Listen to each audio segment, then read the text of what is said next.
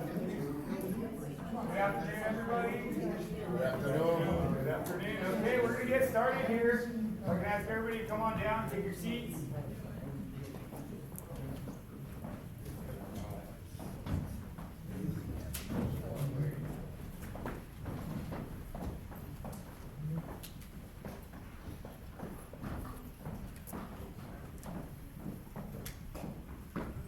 Oh, pardon me. If you are a candidate in the first session, please do come up and take a seat up at the table.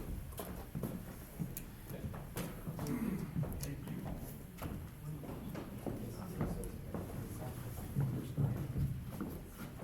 Appreciate you guys. Thank you for joining us here today. Brief introductions. My name is William Franco. I'm the commander of the Veterans Affiliated Council. I want to thank you, and I want to thank everybody for participating today. This is the Los Angeles Veterans Congressional Forum. Thank you to Mr. Jim Zenner for allowing us to have this here, and thank you to Bob Patriotic Hall for hosting this. So we appreciate all the staff and all the members that work diligently to make this happen for us here today on behalf of our beloved veterans.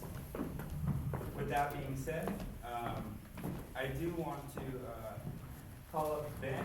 We're going to have the Pledge of Allegiance. Ben, please.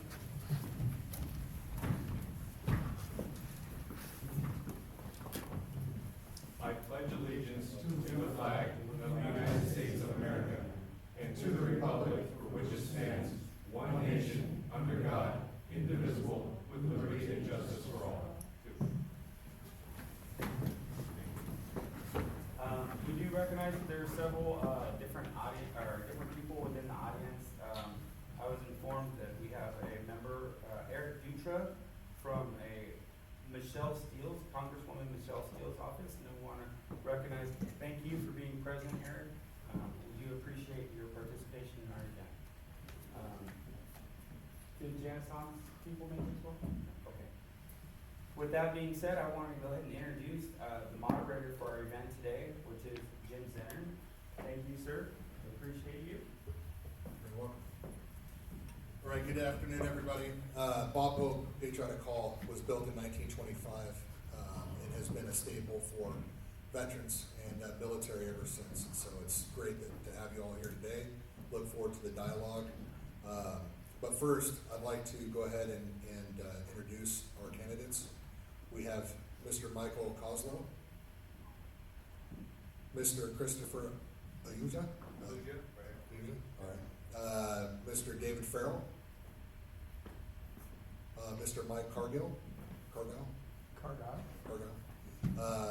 Mr. John Parker, Mr. Baltazar Federico. Baltazar, Ferrell. Thank you. Mr. John Sarega and Mr. Roger Groh. Thank you for being here today. We're going to have about 1 minute for each question. It's going to be kind of rapid fire here. So what we'll do is we'll go ahead and start on the far end and then work our way this way, if that's okay. So first question, just a little background around veterans in LA County. We have about 232,000 veterans in our county as of the 2022 census. Over 54% of those veterans are 65 and older. We have 18,890 women veterans who have unique and special needs. And a little less than 20% of our veterans are getting service connected or connected to their benefits. We have a low utilization of healthcare, VA healthcare in our area, so we got a lot of challenges. And looking forward to the dialogue. So first question, what steps should be taken to address the backlog and streamline the process of veterans disability claims, ensuring that deserving individuals receive the support they need in a timely manner? I start? Yes, sir. And then we'll work our way this way. I'm going to use something that many times we use it in church. I'm a pastor, only preach. That Christianity is the only army that kills their wounded soldiers. When somebody make a mistake, they'll throw him out of the church, out of this, and they try to save. And I have the same feeling when it comes to veterans. We send our kids overseas to fight wars that have nothing to do with us, and most of the time it has to do with special interest, with the defense contractors. It's not even for freedom. And they die, they come home, and we send them to hell. Because we don't have money for veterans. But we have billions of dollars to give to the illegals that come in this country. It should be shame on the people that do that to our veterans. I'm a proud supporter of Wounded Warriors. In 2019, I took the organization to Romania to help them teach how to help the veterans in Romania. I'm originally from Romania. I escaped the communists in 1986. So we worked with the generals, with the military, because we fought alongside Americans in Iraq, in Afghanistan, everywhere, because Romania is part of the European Union. But when they go home, all of a sudden, they're useless for us. Will you throw away your kid because he got injured or he died in the pool or have an accident? Now because he can walk, he can do many things, you're gonna send him to die or you're gonna renounce him? That's what I do it as the American government. They deserve a home. Their family deserve, their wife and kids deserve to have a house where to live, to go to school at our expense. Instead to send trillions of dollars over the last few years all over the world, to Pakistan, to even now to Gaza, Biden wants to send. Let's keep that money home and take care of ours. And then when we have extra money, and we pay the debt, $34 trillion in debt as of today, when we finish paying all the debt and everything, then we can look helping others. And I am for helping others, but not at the expense of my own family. Thank you, sir. Next candidate? The question was, how do we expedite, if I understand? Correct, yeah. What steps should be taken to address the backlog and streamline the process of veteran disability claims, ensuring that deserving individuals receive the support they need in a timely manner?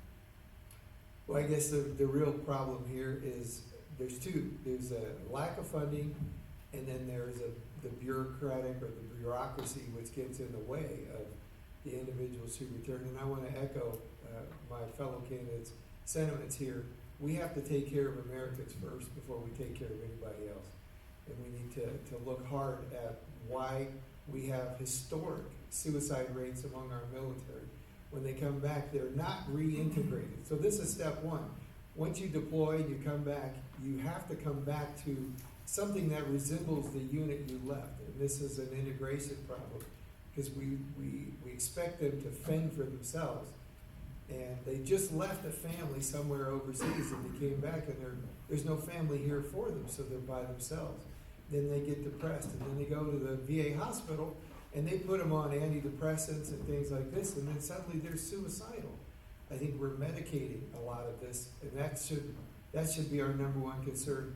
Let's get them back, let's get them whole, let's get them part of a community. If there's no family for them, then we introduce them.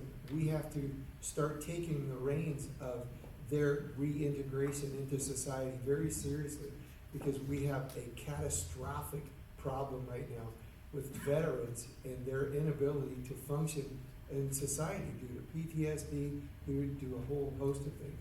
But the biggest problem is when they need help, we need to get it to them quickly, which is one thing that President Trump was doing fantastic. If you can't get through the VA, then you're going to go to a private doctor, and we'll get you help in the private sector. But you're going to get help, you're going to get the best help, and you're going to get it quickly. Next candidate, please. Hold on. 1 second, you guys. I do want to remind that we should be on a time thing, so I'm going to have the gentleman over here, or Raymond will give you a 15-second indicator when we're at our. So when it hits 15 minutes, then you can raise your hand and tell me. 15 pictures.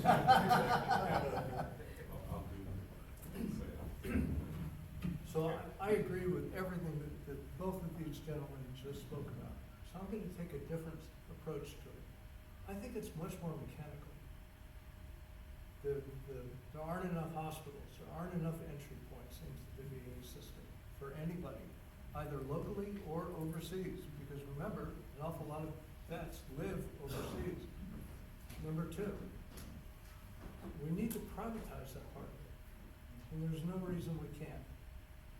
And I'll give you another example. if you like the USC or UCLA healthcare systems, well, when you really look at what they've done, they've crowded out the private healthcare system. So why is Cedars-Sinai a lesser hospital in theory than UCLA or USC? Because one is public money and one is private money. So let Caesars take over the VA. That would be part number one. Part number two, Ross Perot. Remember Perot ran, I have 15 more seconds. Perot ran in the early 1980s and using his company Perot Systems, which is a information company. And he was a vet, he was more than that, he was all-American, he was terrific. We can use his infrastructure system or any of the other American info systems and move the VA information to their database and then apply AI to it. That would facilitate entry into the VA market for everybody involved. Thank you. Next candidate. Does this work? Okay. Yes, I agree with mostly what everyone else has said, but I take a more pragmatic approach. I was a Six Sigma black belt when I was in corporate America and a project management professional. So I would take the as is and have the black belts go there and analyze point A to point Z. Now, why do I say that? Well, because I ran through the system. I was over at the VA, I was a homeless vet, I went through New Horizons, I was over at the domiciliary, and I don't do drugs, I just ran out of money. So I would look at this and I would analyze it from a Six Sigma perspective. And what happens is, a lot of the staff prolongs the work. There's no accountability, because if we go with the prior three gentlemen just said, they're gonna say it's a money issue. I say no, it's an accountability issue. When Trump was here, he was quick to fire people down at the VA. If you don't get your shit together, we're gonna fire you. That's it. You can take your check and go somewhere else, and you can work off your student loan somewhere else. You're not gonna work it off here on us. So I think that you just have to analyze the workflow and set milestones in that workflow. And if anybody's hoarding the knowledge, have them put their knowledge on paper, cross-train everyone else, and then fire the person that held all the knowledge. Because that's the problem. That's the problem. It's a people person. It's a people problem. It's not, we could throw AI at it, but I'm trying to get the excuses off the table. We go as is and hold them accountable. And as a Six Sigma black belt and a project management professional that pulled a check for doing that in corporate America, I'm the best guy to do it, because I will use the weight of the office to say, hey, you're now the unit in the spotlight. Let's see what you do all day. I want to know exactly what hit from the left side of your desk to the right side of your desk. And I want to see how many times you went to the bathroom and how long you took a lunch. That's how you manage. I was in corporate. That's how you manage. Get off your seat too much, where are you going? You got a bowel problem, you better bring a doctor's note, and you better not be related to the doctor. Very simple. Life is simple. When you hold people, when values are clear, decisions are easy. Thank you. So, who makes the decisions in this society? It's not us, because we don't own the means of production. We're not able to tell folks whether you get electricity here or you don't get electricity there, or the priorities. Maybe the war are priorities. Maybe the priorities are a war in Gaza right now. Maybe the priorities are other wars that steal from what we need. 35,000 veterans are unhoused every night today. Why is that? Why does that have to happen? And that's a 7% increase in 2022. Because we don't make the decisions. Because those decisions instead are going to prioritizing profits and a military budget of $824 billion is what it is, but it's actually $1.6 trillion. So we need to take that money to do what we can do. And HUD is only 4% of that profit. We can do a lot more, but it's not us, it's not the workers.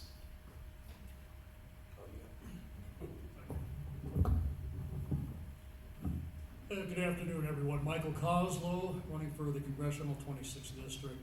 At the end of the day, I've had 33 years of military experience in the active, reserves, and in the California Air National Guard. In that time frame, I see it as two simple processes, and we know in government it's never simple. There's a lot of bureaucracy involved, and all of us can relate to that 100% on almost every level. At the end of the day, two things. Right now, I agree with my esteemed colleague down here about privatization, but there has to be accountability in that privatization. We've seen an increase and a benefit to bringing privatized opportunities to our veterans by having additional care opportunities. If they're not within a 35 or 50 mile radius, they can go ahead and select their own specialist in certain areas. Now 15 seconds. So essentially, privatization is the way to go in enhancing that and getting the House Subcommittee on Veterans Affairs to be able to approve that additional cost. The secondary issue is holding the vendors accountable for making sure that they hold that timeline of 60 to 90 days to have those adjudicated issues resolved with regards to compensatory benefits. Thank you.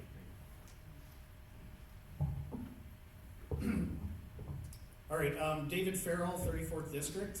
One of the first things that I think needs to happen is from here on out, applying for benefits should begin as you transition out of the military. It shouldn't be a process that starts after the fact. We need to link the VA and the DoD. They go hand in hand. The VA budget needs to be tied to the DoD budget at a set percentage. As it goes up, so does the VA budget. And finally, we need to create a special task force to go through the backlog of these people waiting for benefits to get that expedited. I'm against privatization. I don't think that veterans health care should sit behind a corporate paywall of companies who are double dipping in our taxpayer money and our money. So thank you. Chris Ahuja, let me take this out here. Well, Chris Ahuja, Congressional, 32nd District.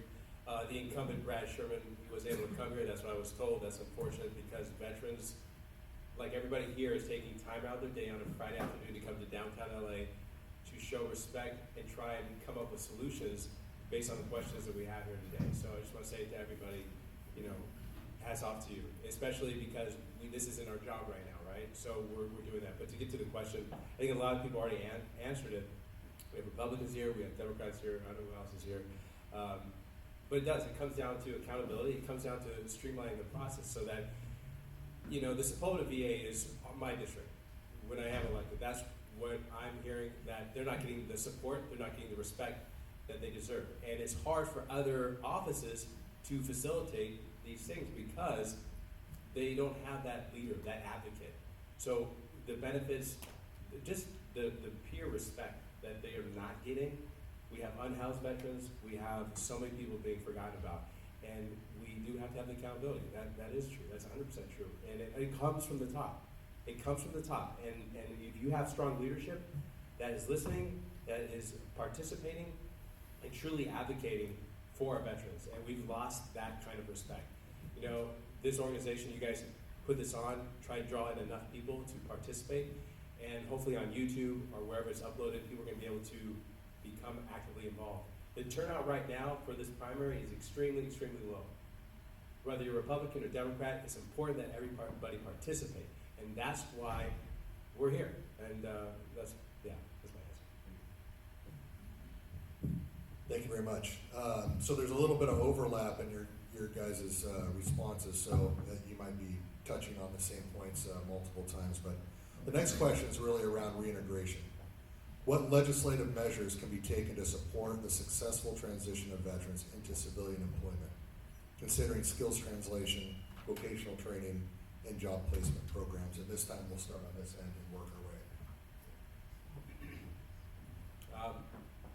It comes down to all these different these things, whether it's our health benefits, it's skills, it's education, it's giving them the services that they need. And there's a framework, it's called the EASE framework. So E is easy, A is attractive, S is social, T is timely. If we use frameworks to try and get to a solution in terms of all of our veterans, it makes it easier. It should be attractive, it's social, it's timely. Putting these things together, if someone's coming out of the service, it should be super, super easy for them to learn new skills. If they need to get compensated, if they need to have, if they want to learn a trade, it should be very simple for them to do that and then progress into where they want to go. They should have housing assistance. Our veterans are very, very important. And of all people, of all different groups, they should have the simplest way to achieve their goals with their families, with their friends, and I'll stop right there. So I know a while back there was a legislation that was presented to give military certifications the same weight as associate's degrees in the civilian world, and that kind of stalled. I think we need to reintroduce something like that. I know I was a paralegal in the U.S. Army, and when I moved into the civilian world, I was told that certificate's no good. You need to go to a school and get a paralegal certificate in order for us to even consider that you've actually done this job. So that's number one. Number two is we need to increase the funding and availability of money for education, training, schooling, and streamline the process of getting benefits to get training and go to schools. Yeah. Again, from my perspective, as I see it, there are a number of things that can actually be done. From the perspective of being able to provide transition, I saw this when I left the military, and I was the director over at Anthem Incorporated. I was also the national chair for the Veterans of Anthem, where we had transition issues that we had to deal with. And people have a tendency to just go to social media or to go ahead and use translators. And then everybody comes out being a project manager. Well, I can tell you firsthand that there's a lot more experience that goes into 10, 20, 30 years of military experience other than just project management. That's what we need to do, is to go ahead and emphasize that. As it relates to my colleague here that mentioned it as far as in transitioning, I know that Mike Garcia had put forward legislation successfully to go ahead and allow spouses to be able to transition their certifications and licenses to other states. We could do the same thing with our military as it relates to those transitioning out of military service, to have funding from the Subcommittee on Veterans Affairs to enable them to have that same opportunity as well as that same capability to be able to effectively transition into the corporate world. Thank you. You know, we can see the problems right in front of our faces sometimes, and to not address those problems that we see directly, sometimes it means sometimes our politicians are creating a status quo that keeps the systemic problems the same. When I was concerned about low wages and not enough jobs, I helped form a union in New Jersey.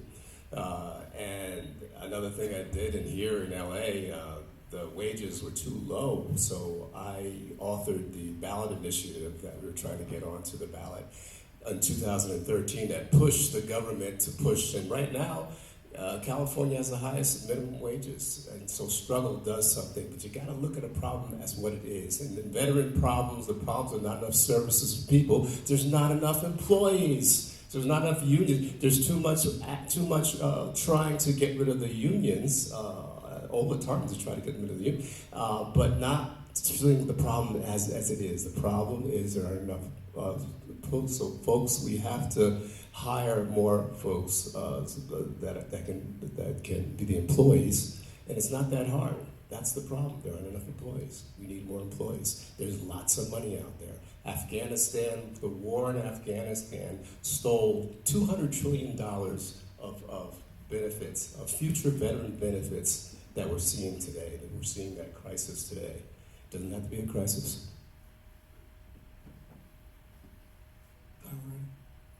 Okay.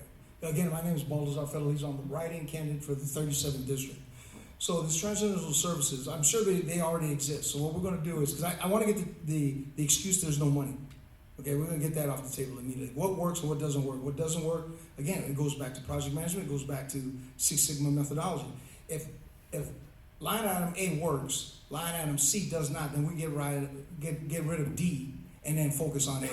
That is that simple. And then as we expand emerging opportunities and or defects, we address them as we go along with what we know is working. We don't want to reinvent stuff. We don't want to get caught up in a study. We don't want to get caught up in, well, we're waiting on the budget, who's waiting on somebody, who's waiting on somebody to help you. We don't have time for that. I mean, that's busy work. You're like a balloon looking for a needle. You just, any excuse not to do what I'm supposed to do when I'm supposed to do it. And I think that if we look at it from a Six Sigma perspective and a project management perspective with milestones in place, then we rescope as we go along. as an opportunity presents itself. Other than that, it's just busy work. I'm Roger Groh. I'm the Republican candidate in Congressional District 44. On my notes that I wrote down coming into this, the first thing I said was hire new HR people. Because there is nothing more motivated than an HR person who gets a percentage of every job that's filled. And all you have to do is walk down the block at any town in USA, and the first thing you're gonna see, help wanted. Even in LA, where wages now are at $25 per hour for restaurant workers, that's an amazing statistic. So there's plenty of work. The question is, how do you match the right person to the right work? And I'm willing to bet that the HR people in the military are down at the bottom of the pile. You need professional HR people to do the job.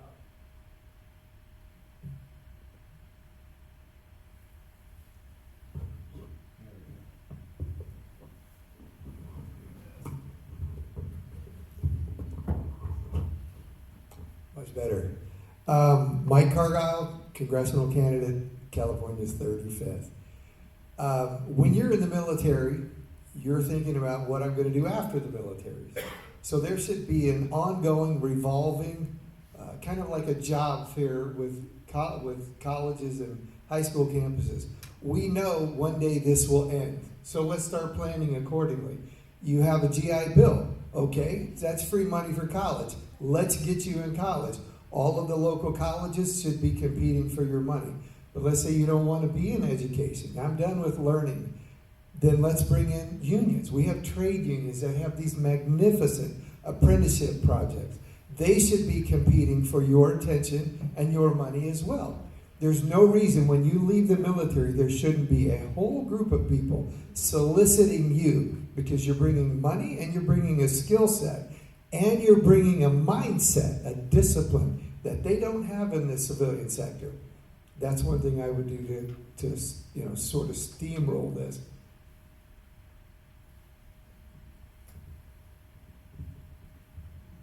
Doesn't work? Okay. My name is John Sarega, and I'm running for the 38th Congressional District. I am not a veteran in the United States, but I was forced to do 1.5 years military service in Romania. It was mandatory. And I can tell you this, we have no support. Government doesn't care about us.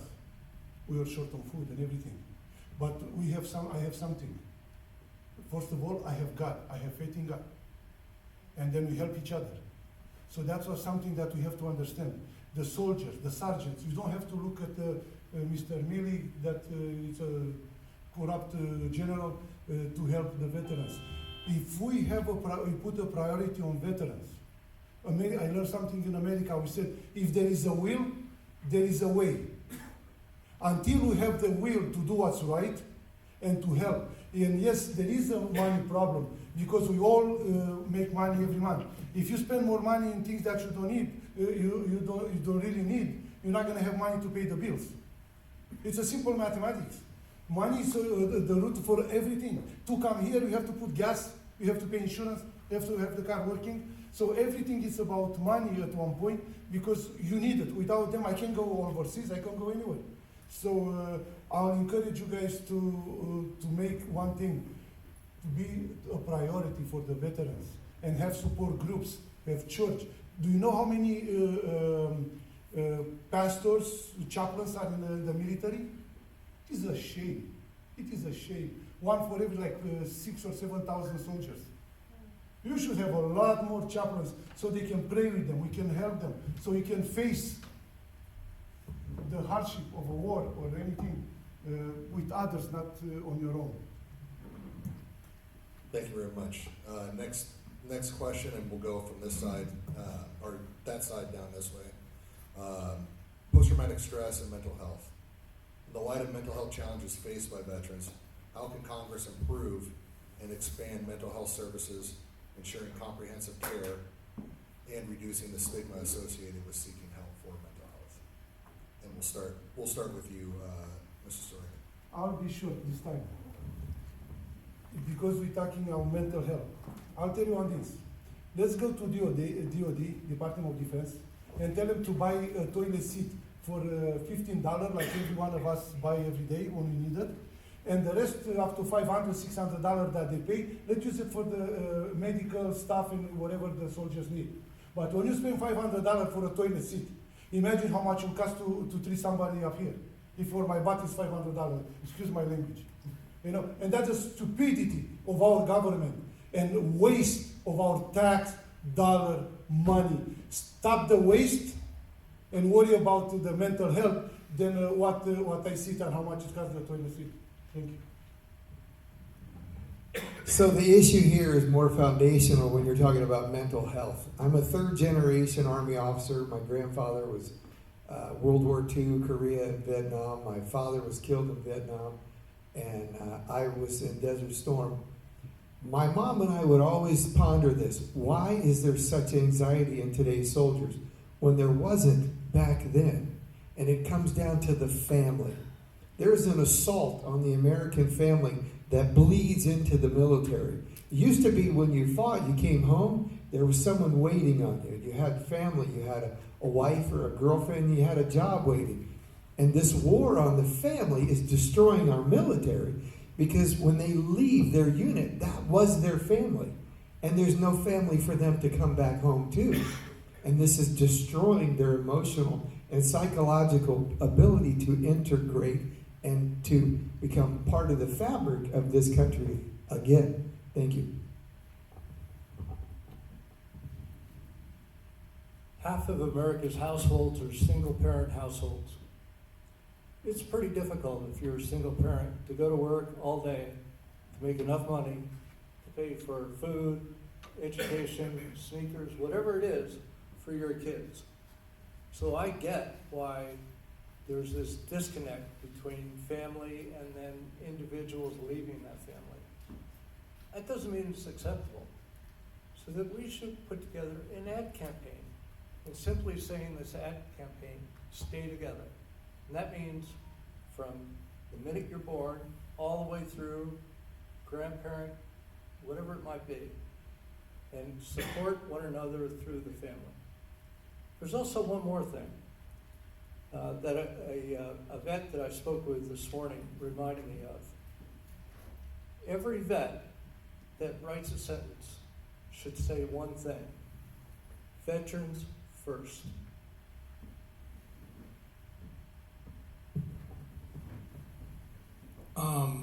As far as mental health is concerned, I think we need to understand the elements thereof. Is it drug abuse? Is it alcohol abuse? Are they taking their meds as often as they should? Do they take them at all? And how do you enforce them taking their meds? I think that they need to, it's real tough because having been at the domiciliary, I would see guys getting the Skittle line and, trade their meds for food or money or whatever. And it's very difficult. I think that the answer is accountability, ensuring that these vets take their medicine, checkups from their aide in attendance. I think they call it aide in attendance, person that watches over them. But we need to understand the elements thereof. Is he taking his meds? Is he accompanying with alcohol? Does he have a drug abuse issue? And start peeling that onion back. So at that point in time, we can say, okay, he's mentally fit to do other things. And I think that comes with accountability through his counselor, aid in attendance, and checkups at the VA. Thank you. I've got to say it's John Parker on the Peace and Freedom Party ballot. When you're in pain, physical pain or mental pain, especially vets, you need a place to go where other people are in that pain or work for that pain. You need a society, you need a community of people you can talk to. You need programs that create those things. And those veteran programs there's less and less of them because less staffing and less money for those programs. That's important. Why isn't there enough money? I know someone who was from the Vietnam War who he sleeps 3 nights a night. He can only get 3 nights, and he wakes up in a nightmare every night. He goes through that from the Vietnam War. And that talks about the elephant in the room. The elephant in the room is that really $1.6 trillion that is spent on the military budget and the priorities that go to that and doesn't go to what we need. We need more services. We need those things. We can't stand by and allow these wars. The mental problems occur in these wars because we're pointed to an enemy who isn't our enemy. It's an enemy of the prophets. And so they point us in those directions. And these another thing is in the room, the wars that are going on, the wars. Why is it Agent Orange, the PACT Act? Why did it take till 2 years ago to give the veterans the need from Agent Orange? But we're not talking about these wars. We're going to talk about these wars. This is something that's near and dear to my heart because I can go back and countless times over my 3-decade career in the military about many people that either had let's call it what it is, post-traumatic stress syndrome, stress. And that stress is induced by the environment that people are in. And it's not being addressed. I remember when I was a young airman, Mike, suck it up. Suck it up. And you didn't go and report the fact that you were having issues and dealing with issues. And at the end of the day, I want to say that there are indicators out there, people having those problems, peer support groups. And that's a big component. Is that I know in the Guard, nationwide, out of the 53 states and territories, and that there was a very viable program that was put into place to be able to deal with that. And training people, educating people, what the signs were, what to look for. And that's one of the key issues, is to be able to go ahead and make sure. As far as PTSD is concerned with the VA and dealing with it, the different categories, that needs to be able to be enhanced and paid for and funded as it relates to privatizing again. The VA can't do it alone. And there are professionals out there that can go ahead and add to that and promote that and support that. That's another avenue, is to make sure that we are taking full competency and capability of those individuals out there that can help these people and address it before it comes too late. Thank you.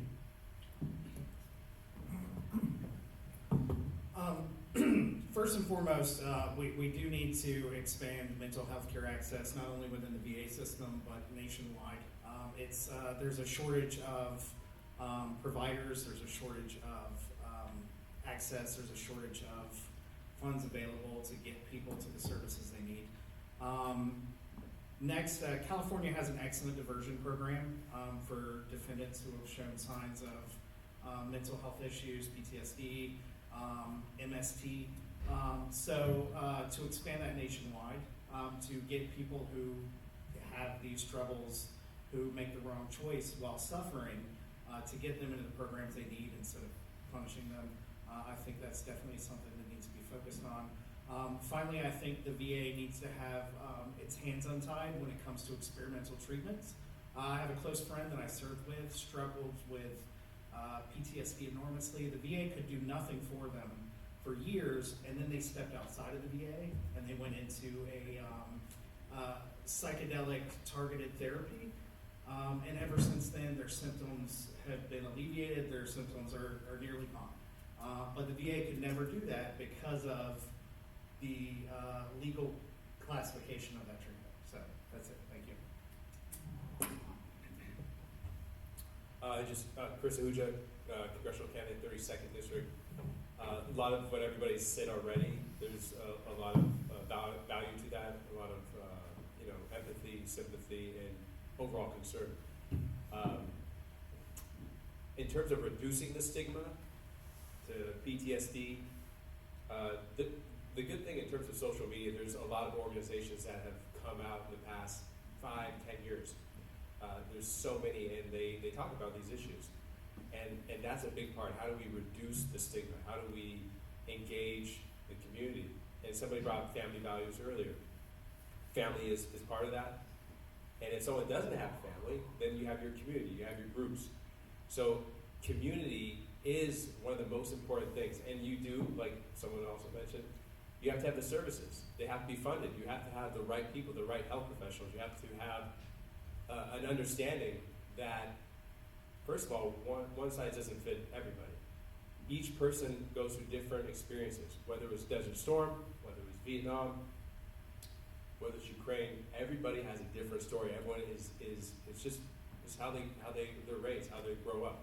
And having that community is super, super important, because if you have people to talk to, you have those groups, it's consistent. But every department, every person has to work together. And that's important. And I just want to say, someone said something about having family. My grandfather-in-law, he passed away, but I was sleeping in a room with him, and he had extreme PTSD. He'd wake up almost every 10 minutes. And he did have family. He had a huge family. So it is different for every single person. Just because you do have family doesn't mean you won't suffer those things, and vice versa. But yeah, that's it. Thank you very much. Now at this time, I'd like to see if we have any questions out in the audience and give each candidate the opportunity to respond within that 1 minute window. I've got a question, sir. Mr. Parker, this question is for you, sir. Can you name one country in world history that has survived any test of time without a robust security, without a robust military security presence? One country that hasn't survived. One country in world history, so you've got thousands of years to work with. Oh, there's so many. Name one. Number one is, war in Libya that happened, the NATO-U.S. war. That's in not my Libya. question, sir. My And question is, that's not my question. They didn't have, that's the question, you said the security, they didn't That have has enough survived security. the test of time without any formal military security force. Libya is a very poor place, sir. So you're asking me if there's any country that didn't have a military at all? I don't know any countries that didn't. Correct, sir. So your criticisms of the DOD and the defense budget, although I hear your passion, it grows misguided, sir. The problem is, like I said, Libya, the NATO war there, the war in Vietnam, the other wars that really weren't in the interest of the people, they were in the interest of profits and oil and other things like that. Right now, since Libya, the war that they had, I can't go into Libya because I could be taken as a slave with this color skin. They brought slavery back into Libya. So all the problems you said Gaddafi did and it's a lot worse right now. It's a lot worse right now in Gaza, and because there's a genocidal terrorism going on. And the other thing is, I went to Egypt. I was in detention for 37 hours in jail because I was trying to get humanitarian aid into Gaza and Rafah in November. And we know that right now, 70 children are dying from bombs and bullets So, from sir, the massacre you never answered my in Gaza. question. Right now, 70 children I'm going to today. challenge you, sir. That's You going to never happen answered my every question. day. You're using So this they as a cannot monologue. protect themselves either. You're- Well, what they have to protect themselves Gentlemen. from, You're in they error. have to Gentlemen, I'm protect gonna have to ask, themselves so we Absolutely just- in error. from these wars. So you're using it as a monologue, and you're in error. You were very critical of the DOD for our defense budget, but yet you course. cannot give one example of a country that has stood the test of time without a military. I would ask you to rethink your position, sir. Thank you. All right, so, yeah, next question, and please, when you ask a question, it needs to be directed to all the candidates, not one particular My candidate. apologies, sir. We need each candidate to have an opportunity to respond. Yes, sir, in the front. Yes, just heard all of you candidates talking about mental health and what solutions would you provide or suggest for mental health. But my question is, how would you define or how would you promote, let me rephrase, promote the definition of mental health? Because some people, they take certain mental health problems not as mental health. They say, oh, it's just people just being silly, it's nothing. So how would you promote an educational campaign so people know, okay, this is mental health, we gotta treat as mental health? Yeah, well, how about we start with Mr. Ahuja? Yeah, that's a really good question. it comes down to those public awareness campaigns, public service campaigns, and defining it, what mental health is. You know, there could be different types of campaigns.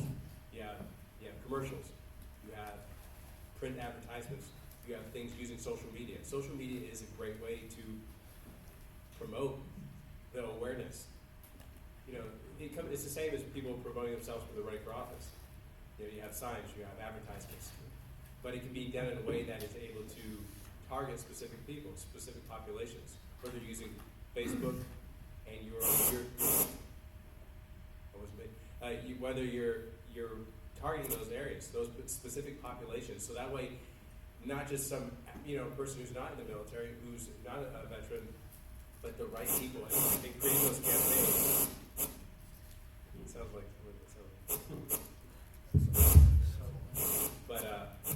but it's important to make specific campaigns that are targeted towards specific types of mental health issues, whether it's PTSD, there's family, suicide prevention.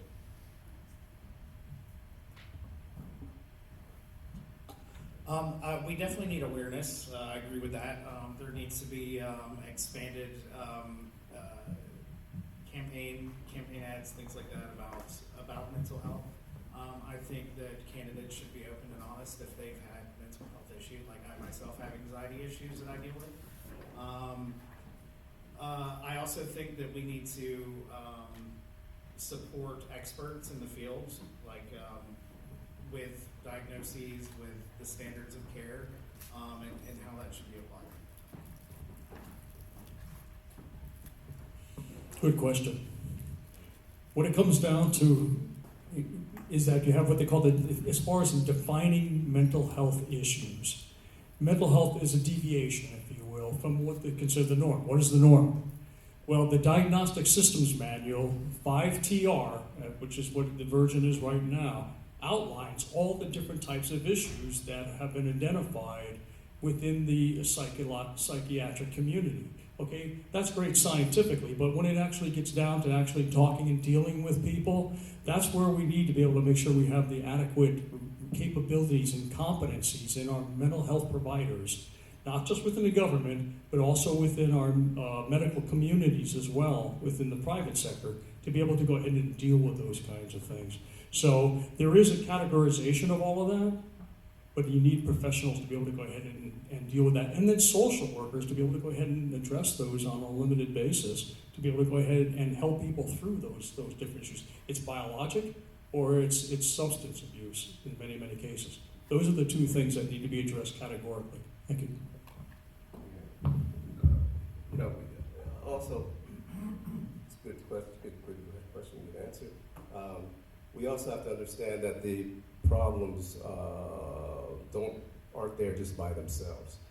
They're aggravated by certain things that are going on in society, by denial of certain things that folks need, jobs, education, those kinds of things, and healthcare, those kinds of things that are denied. But we also know what doesn't work.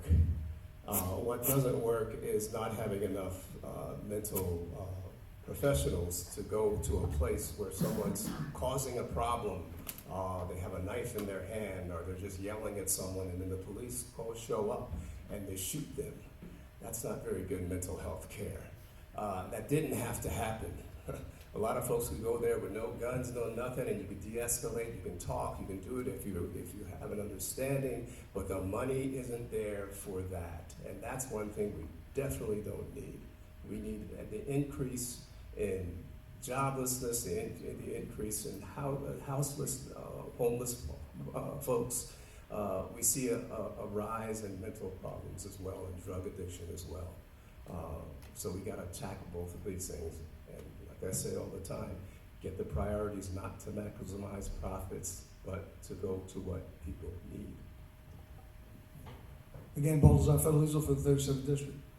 I agree with mostly what everyone says. It's a marketing issue. You put PSA out there, you put peer support groups out there, you put online access, you can do mental health over the phone, but more importantly than this, let's go to the as-is, which is diagnosis for mental disorders, DMDS-5, I think they're currently on now. If you don't fall under that category, you're not mentally ill.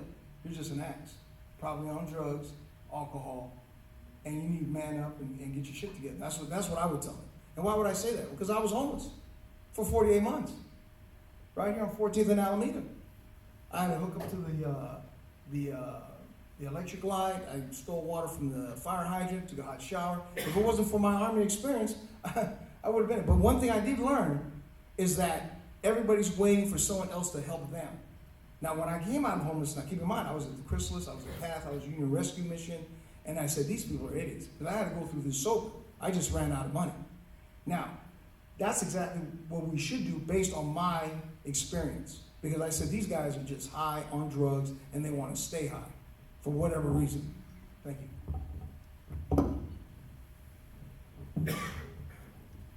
If the problem is that there aren't enough people to do the outreach work to determine who is reasonably part of society and those that aren't, then why don't we increase the number of degree programs at the local community schools or the UC schools, so that there are more jobs out there for people that can really do it, that are licensed professionals who can make the rounds to make sure we're not nuts. Except for my mother-in-law. Mike Cargile, 35th. You might cut that part, please. Mother-in-law's. I'm not sure I'm buying all this mental health stuff. Yeah, I'm serious. Let me give you an example. I think we're creating a nation of victims. I got a buddy of mine 2 years ago. He's a modern day Rambo, got shot 6 times, had his knee blown off. Nobody loved being alive more than this guy. They changed his pain meds. I get a call. He tried to swallow an entire bottle of Oxy. They changed his pain meds back. He's fine. Couldn't tell me why he did that. I think a lot of this is being pharmacologically induced. I think that we're creating victims for big pharma out of our military too. Why are they okay on active duty? And as soon as they get off, they're suddenly needing all of this Skittles care. That makes no sense. They were sane, and then something changed. That's what we need to focus on here.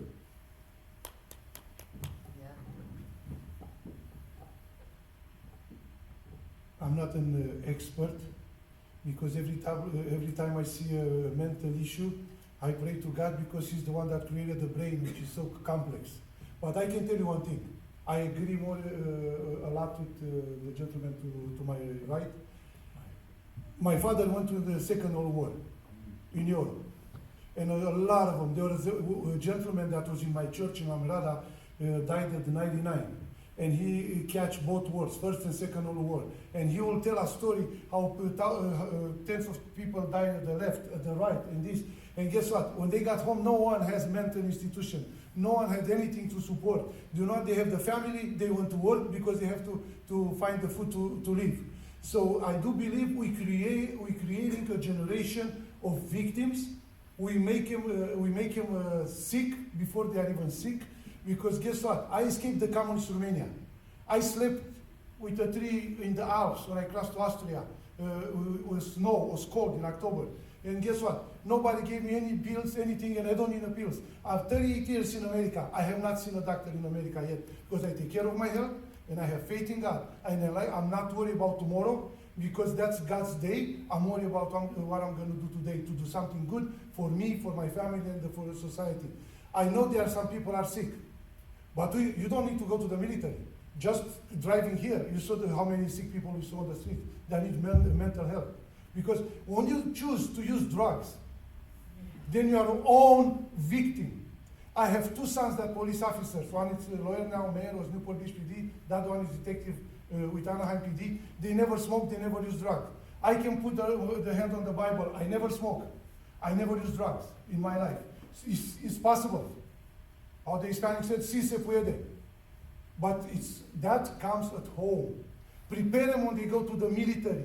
Tell them what the adverse things. Have support group before they get sick. Because once you are sick, you'll never be the same. Thank you. Great, thank you, gentlemen. We got a little bit of a late start, so we're going to push it and go to the crowd for one more question. Hello, everyone. Thanks for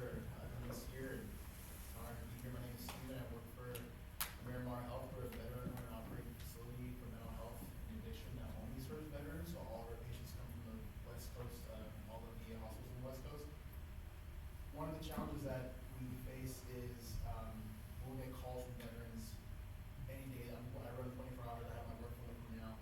They'll call me and say, "Hey, I have a needle in my arm. I can't put the ball down. I need help." If they were private citizens and they had private insurance, I can get them into my facility within 24 hours or less. Unfortunately, with the veteran population, the VA has up to 30 days to place him. In other words, this veteran, I have to tell him, "Hey, dude, I'd love to help you, but you have to go to the VA. I can't touch you until you go to the VA first."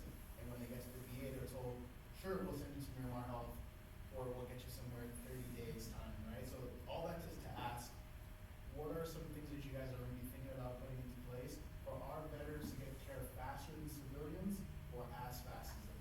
Thank you. Great question. Well, why don't we start with Mr. Sarega and then work our way down this way if we can. To me, regardless how we're gonna try to wrap it, or what we have to say, it begins to your own decisions. Decision has consequences. Many people been to war, many people died. Did you see after Pearl Harbor so many people sick and problems? No. It's a new age sickness because it's created by not having people ready to go to the military, not ready to facing life. Because in schools they learn about sex, about this, about that, instead to learn to be tough. Life is tough, brothers. And if you're not willing to fight, if you're not willing to work, you're gonna be a victim of your own. So stop crying around. I know there are people that need help, and we need to do something.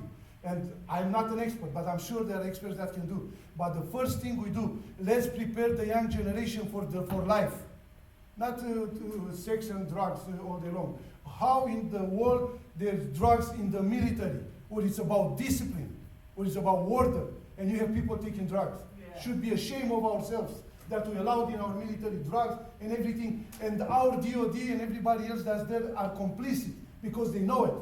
And they should send them out or put it in a court martial if they use, to see how many will use it again. Thank you. Amen. Thank you. That's a great question. So any of us up here, we get elected into Congress, we'll have the gold standard of healthcare. And I think that should be the same standard applied to our military. And I think that standard should follow them for the first 3 years they exit active duty.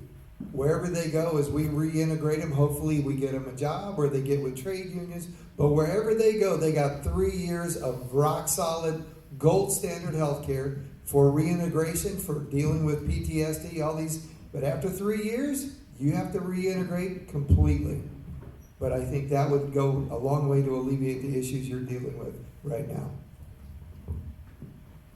So I have a question for the gentleman back there who started all of this. The public hospitals are obligated to take any person off the street by law. Why, in a situation like you were saying, that you're in one location, you get a call from somebody, "I need help now," why don't you take them to the local hospital? Are you going to have to answer that question? I'm able to? Okay, so, see, because we're a private company and we have a contract with the VA, there are a lot of very strict rules on what we can and cannot do. For example, no, to answer your question, right? So there have been times, there was a time in the past where I had a veteran call me and say, "Hey, dude, I need help. Okay, I can't help you out because I have to meet the VA first." Got the gentleman an Uber, right, to save the time, just human beings. I got a call back from staff at the VA saying, "Hey, be careful with doing that because that's solicitation of veterans, that's illegal, and we can cut the contract for that." So because of these things, many of the rules that the VA has in place, as a private company, we're very limited to how we can help our guys. Believe me, I'd be more than happy to pay for any Uber for any veteran to get help, but that can cause my business to get in trouble.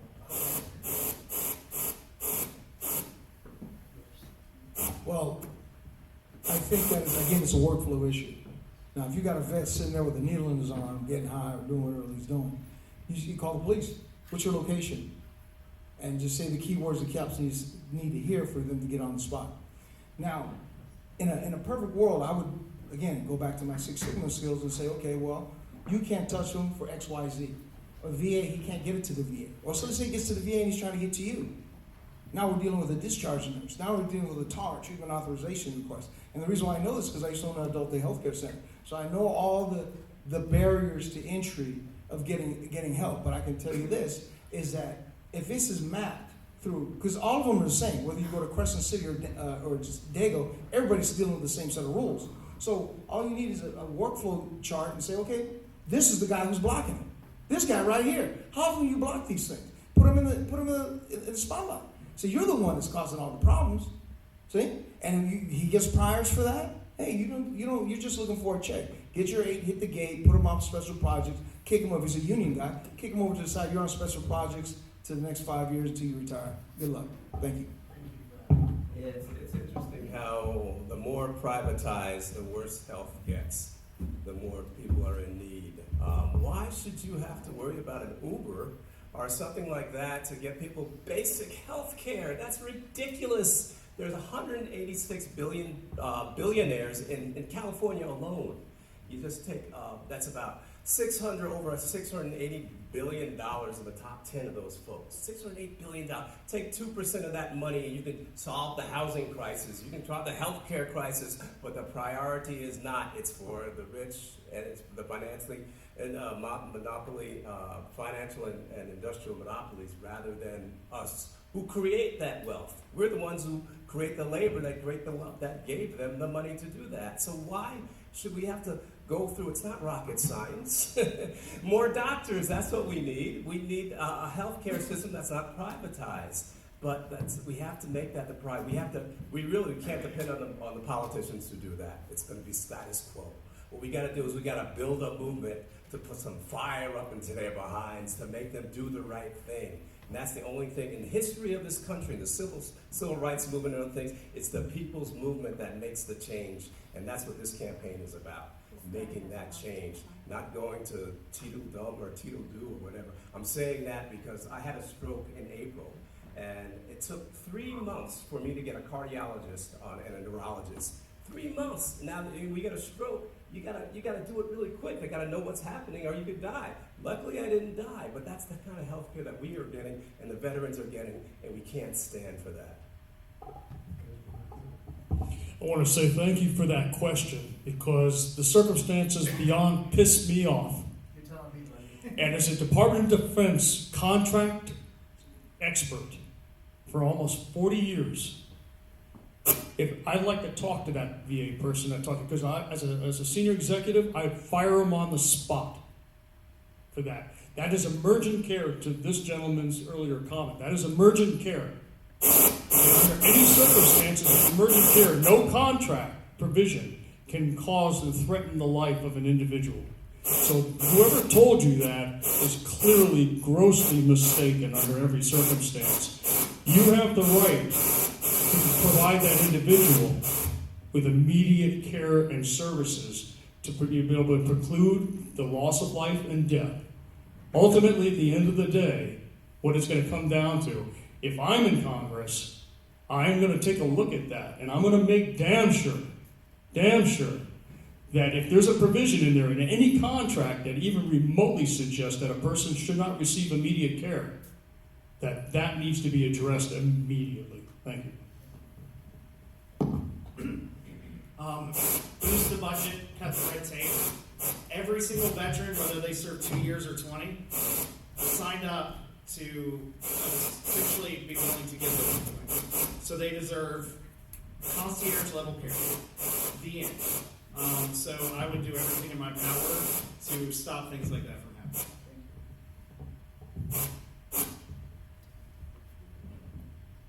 I think this issue is just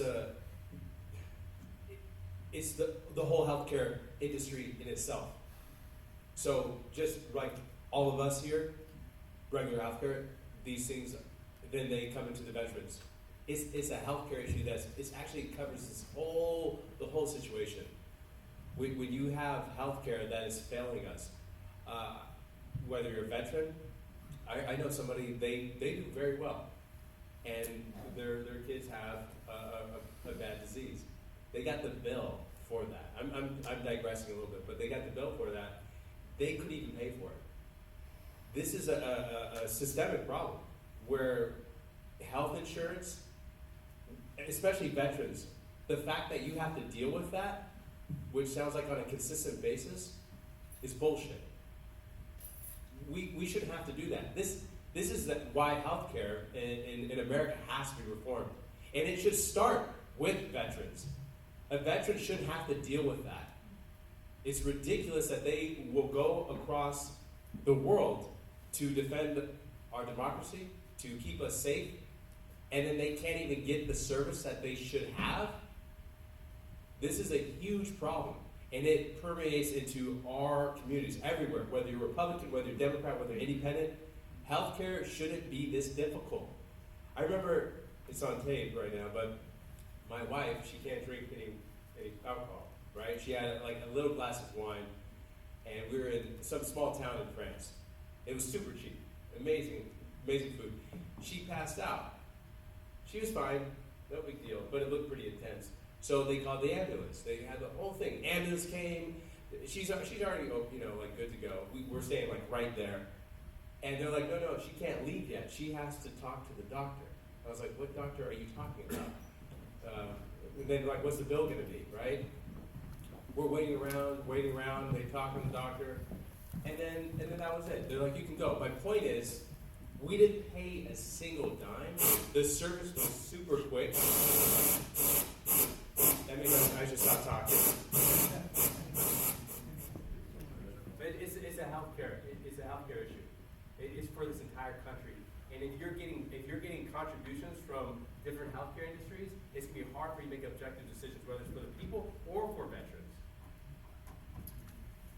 Great, thank you very much, gentlemen, and thank you for everybody that came today. Really appreciate your attendance. Best of luck in your races, and for those that serve, thank you for your service.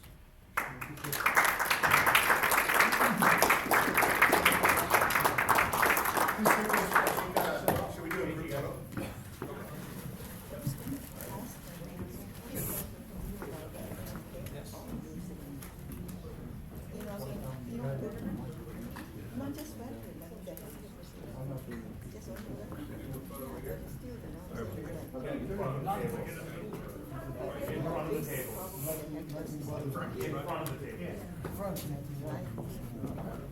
Yes, I don't think that's true, but it should be, if the healthcare on the residents generally is good, then it should be taken care of. It's not giving everyone correct. Or what about it? Yeah, but what's the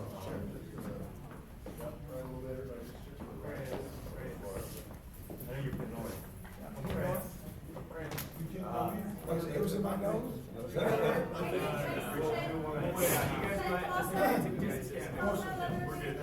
Marie, can you take a picture for, hold on, I'm ready. Okay, great. I don't know.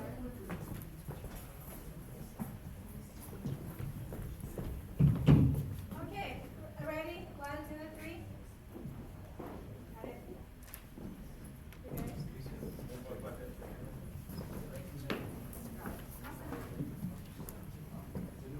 You guys? Okay. Where are we looking? Nanny, Okay. you get to keep the phone. 1, 2, 3. One more. And just real quick before we break up, so if a couple of the candidates asked me about how do they get hold of the footage and photos. Oh, we will give the contact information. We'll go with Lonnie. Ben will be providing the link. He's our IT guy.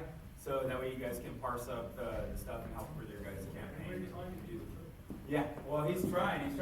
One more thing before I get out of here, we let Mr. Zenner step off the stage here, you guys. I do want to make a quick announcement for Jim. Tim, you do a lot of good work for us, and we very much appreciate that as Veterans Affiliate Council. And as you know, I have a couple different friends around the block, so I went ahead and got a couple different things set up for you. This one is from our local office. So this is from Congresswoman Groh, and I just wanted to convey that on behalf of the Veterans Affiliate Council. And then, I'm not sure, but I'm sure you might have seen one of these before, but none of them with our logo on it. So this one's from Supervisor Hahn's office, as you know, as you get around, and thank you for everything you do. Appreciate it. Really appreciate it. Bill, can you face? There you go. Hold on. So this is how we typically do them.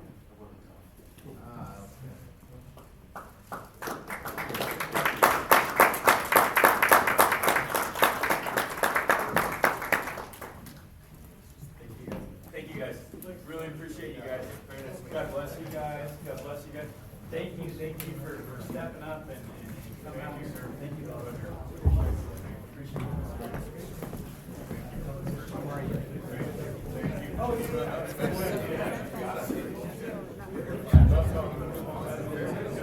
Oh, no, you guys all did great. You guys all did great.